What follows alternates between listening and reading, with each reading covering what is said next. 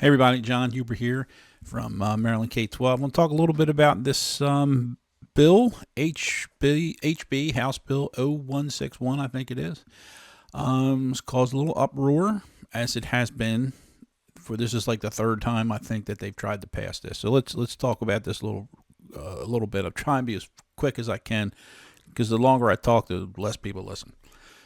Basically, what the bill is it directs all of the what call the LEAs, the local boards of education, the local educational agency, I think it stands for.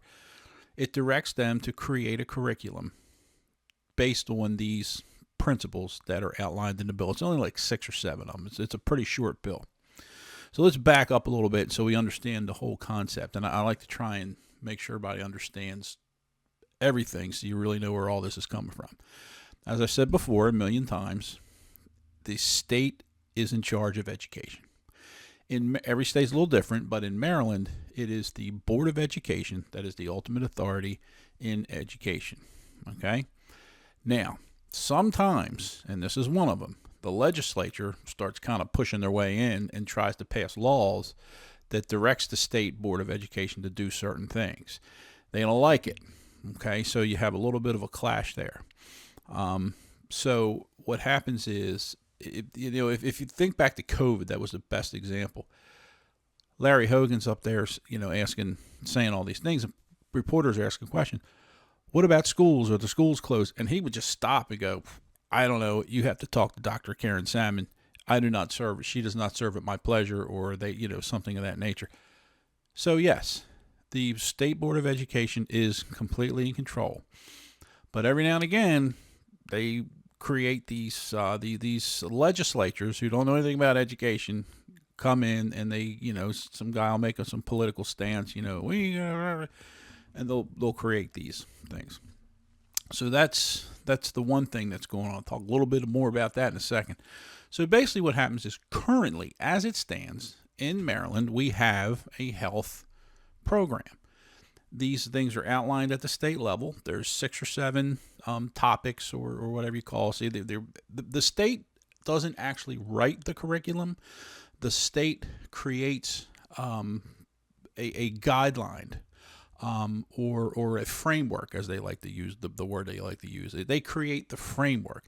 It is then the responsibilities of each of the counties then to write the actual curriculum that the teachers used, and it has to be aligned with these standards or this framework. So you hear that term a lot, about aligned with. You say our curriculum's aligned with the state standards, etc. So we currently have one in Maryland on all these topics for health. If your kid goes to school and they're in 6th grade in particular, or 7th grade or 8th grade, and then once in high school, I forget exactly where it is, they take health class. And it is already currently there, right? And it is 1 through, I don't know what all the topics are, but one of the topics, the controversial one as of now, is the human sexualities unit. It's called family life and human sexuality, or something of that nature. Okay, that is currently in the curriculum, and there is an option for parents to opt out. All right, but what this new bill does is it kind of redefines some of those topics. It changes them a little bit, but it creates a whole separate topic of gender studies. I think it's called gender identity, and there's something of that nature that deals with all these controversial topics that we're talking about. So it moved it into a separate thing.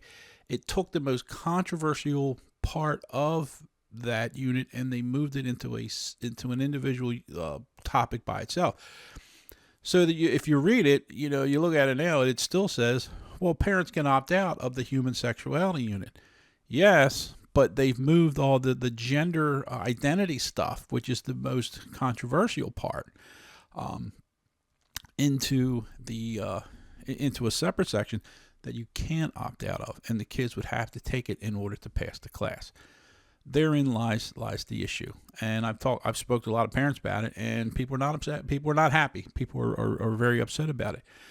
Not so much about the idea of that being there, but the fact that it is very obvious that the folks who are drafting these bills have gone out of their way to make sure that parents cannot and do not opt out of this.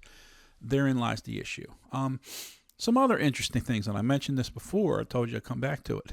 The Maryland state, some of the state level organizations are actually opposed to it. The Maryland State Department of Education, MSDE, the authority in education, they're opposed to it. They don't want it. And they say, we already have a framework, right? And it's working fine, and we don't need this. And if any topics were to come into this, they would, at a local level, if they would decide, well, we're going to include these things because it would align with the human sexuality unit, we would put it into that section, and parents could then still opt out. Schools don't want to deal with this. They don't want to fight that fight. Some of the local boards of education don't want to fight that fight. So MABE, M-A-B-E, the Maryland Association of Boards of Education, this is the collective kind of association of all the different, Anne Arundel County, Baltimore, Worcester, Carroll County. There are all these boards of education together kind of form this entity.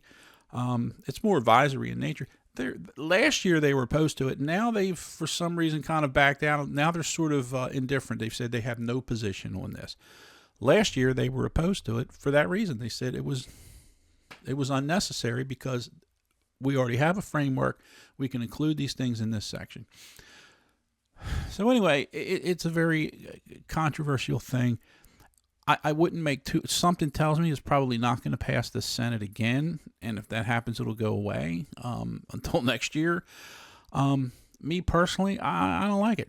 I don't like it. I think it's more government trying to tell people what to do, and it's I don't know. It's they're trying to push things into the curriculum, and this if it came directly from MSDE, I would probably listen a lot more, because there are the educators, right? There are the people who have a much deeper understanding of how kids learn, what's appropriate, what's not. If it comes from MSDE or it comes from that, I would take a real different look at it. But if it's coming from legislatures, it's political, it's political. I don't like it. And it also clashes with the, you hear about the balance of power and all that stuff. Our system in Maryland is supposed to have its own balance as well.